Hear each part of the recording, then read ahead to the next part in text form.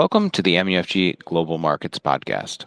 I'm John Cook, and I'm joined today by George Goncalves, MUFG's head of U.S. macro strategy. It's Tuesday, June 3rd, 2025. Welcome back to the podcast, George. Hi, John. Good to be back as always. Yeah, good to have you. It's been a bit, maybe about a month. Plenty to catch up on. The month has flown by. I feel like we haven't said this in a while, but for a while it felt like the hours were days, the days were weeks, and the weeks were years, and it's feeling a lot like that right now. Oh yeah, I mean, it makes you think of that, that one quote that, there's decades where nothing happens, and then there's weeks where decades happen. Not that I want to quote Lenin, but his saying it really is appropriate for the time period that we're in. It's a good quote for sure and very appropriate. Weeks have been days, weeks, whatever. I've been unrelenting on the news front side.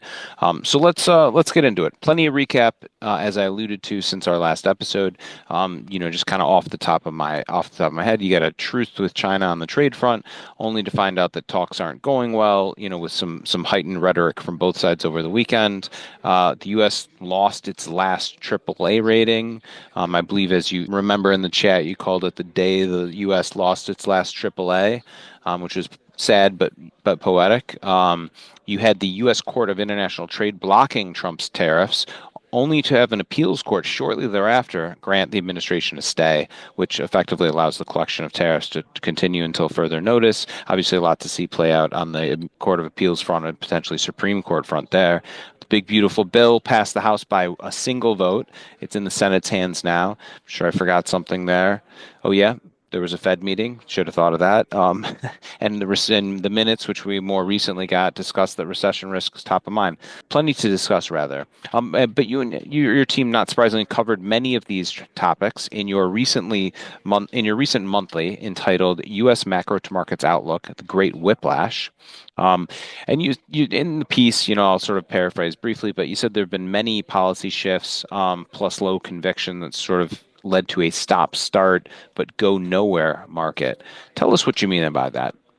Yeah, no, I was actually one of the things I always try to do is like all authors and producers of reports, we try to come up with a kind of catchy title, and it was just kind of kept thinking like feeling whiplash over the last 6 or 8 weeks, and I think a lot of investors probably and those listening probably can relate to the idea that we're kind of reacting to this news flow back and forth, tariffs on, tariffs off, being contested.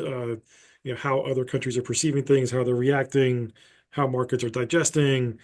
But in the grand scheme of things, if you kind of zoom out, even though we're kind of bobbing and weaving our heads, moving back and forth, we really haven't made a lot of progress. I mean, rates have been in a higher but decent range, not a really wide range. Higher yields overall. Equities have climbed the wall of worry or the wall of tariff, and then have gotten stuck and have had an inability to make a new high and kind of still bouncing around. Credit spreads got repinned, but really a lack of follow through, because where do you go from here after unwinding the sort of credit fears in early April? And that to me was what kind of captured the idea of this sort of like the policy shifts are making us react to all these headlines, and the markets are in that sort of environment. It's a low conviction world because you just don't know where we stand and what's going to be binding and what may happen next. And so we're like super tacticians, not strategists more than anything else. And I think like given all of that, there is a lot to kind of at least slowly kind of unwind a little bit. I do think even though the the downgrade was the last downgrade of the AAA rating. As symbolic as that might be, it did at least bring back into the limelight concerns around the fiscal outlook. And that's obviously caught the market's attentions. This is not just a U.S. phenomenon, but long-term rates have been rising around the world, which is, for the first time, other bond markets are potentially competing with the treasury market, especially when you adjust for currency hedges and things like that out of like Japan and Europe.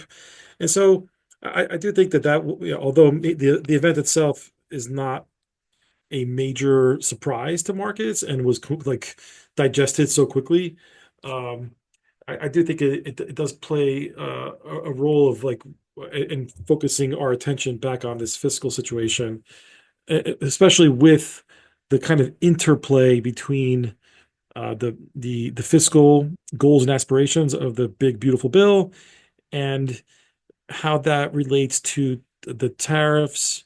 Are the tariffs a source of revenue? Was that in the back of back of the mind of policymakers when they were crafting the bill? Were they thinking that they were going to get some tariff revenue, even though it's not scored that way or presented that way in terms of the congressional process? I'm sure that that has had some influence in maybe the more fiscally conservative Freedom Caucus folks. And now it's with the Senate, and we'll see if if tariffs are not binding, or maybe they're not going to be as fully binding.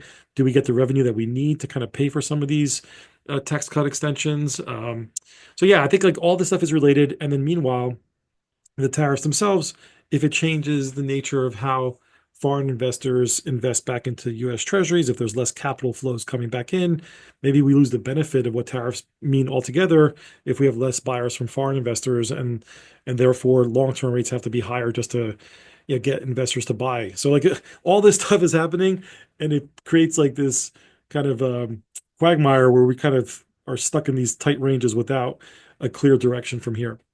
That was super comprehensive, George. I'm impressed. I think that that definitely got us to speed up to speed with the last, over the last, weeks or months, if you will. Um, let's see.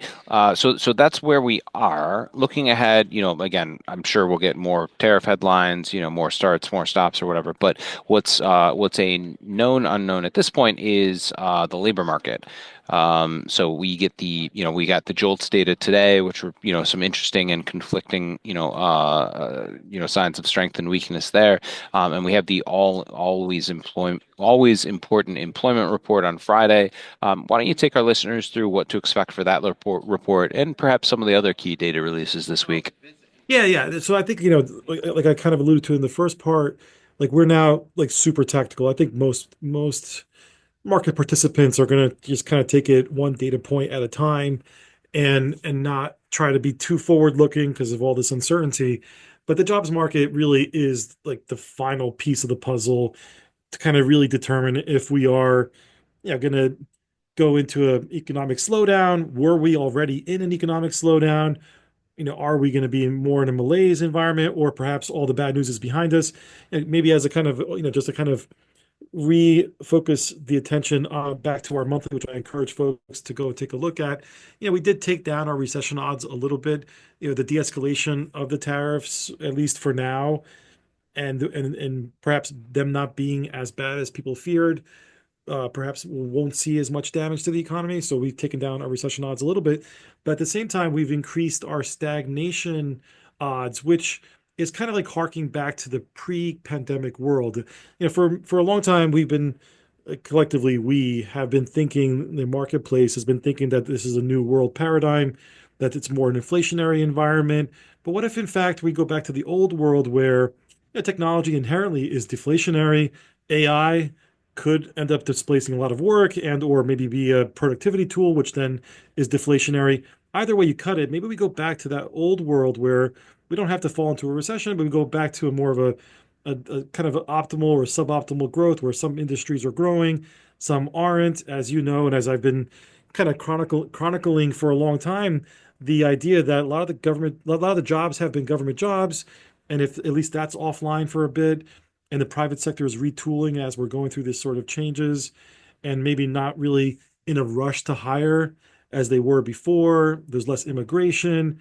Like the labor market should start to see we should start seeing some of that weakness come through, and we haven't had a real markedly drop off yet in jobs growth, but based on the average that we've seen in the number of years before, like of about 200,000, we've dropped into the like 130s, 140,000 jobs per month.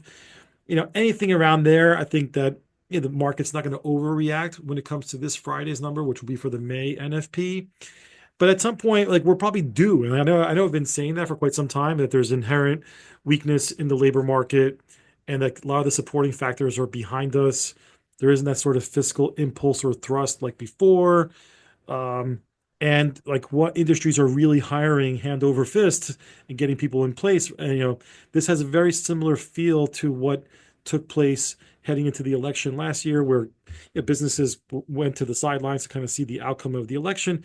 In many ways, I think businesses have gone to the sidelines waiting to see the rules of the road for tariffs and how the economy fares going forward. So I don't know. I'm leaning on the more bearish side, but we'll see what happens. The key thing to look out for will be the unemployment rate more so than anything else. That plays the biggest role for the Fed's thinking, I think, going forward. I'm not as terribly concerned about inflation in the near term, especially because tariffs aren't fully binding yet. And so I do think that if the unemployment rate were to tick up again to like 4.3, it's getting close to the Fed's year-end target. The closer it gets and the sooner it gets there, it's going to remind the Fed that they're behind the curve, like kind of like they were last year. And so in a weird deja vu kind of, it almost feels like similar to last year, but for different catalysts. And we're entering into the summer period with all these unknowns. The jobs market decelerates. It gets the Fed on side, and they're going to have to ease. I think they should be easing already, but they're obviously taking a wait and see approach. But this jobs number might get them over the edge. Maybe not for the June meeting, but maybe for July, September. Okay, so focus on jobs and potential labor market weakness. Sounds like you're suggesting that we can maybe look through some tariff-related inflation, or perhaps it will be less than some fear. Just kind of benchmarking things. Looks like we're priced for about almost exactly two cuts through the end of the year. So sounds like you think that that's likely, and I think from your tone, maybe we get even more than that. Is that about right, George? Yeah, I mean, our house view is kind of oscillated between 3 and 4 lately, and that's we're very dovish compared to the street. I mean, and compared to market pricing, when the market was pricing in 4, maybe that was a little bit too much too soon, and then the market priced in less than 2. That was a little bit too little, in my opinion. The sweet spot probably is 3, but at a minimum, the Fed should deliver 2, and we're going to find out more, obviously, and we'll most likely do a podcast before the next Fed meeting with our Fed preview, by then. Sounds good. And if you have not already, I would encourage our listeners to check out the latest Macro to Markets Outlook entitled, again, The Great Whiplash, for more details on a number of the topics that George discussed on this episode. And if you are still not getting George's strategy reports, check out the MUFG research portal at www.mufgresearch.com, where you can find all of your favorite MUFG research, as well as sign up to have it conveniently delivered to your inbox. Great stuff as always. Thanks for coming on the podcast, George. Thanks for hosting as always, John. And thank you for listening to the MUFG Global Markets Podcast. Rate, review, and subscribe on Apple, Spotify, or wherever you get your podcasts. And reach out to your MUFG sales rep for any further information. Check back soon for more insights from the Global Markets Research Team.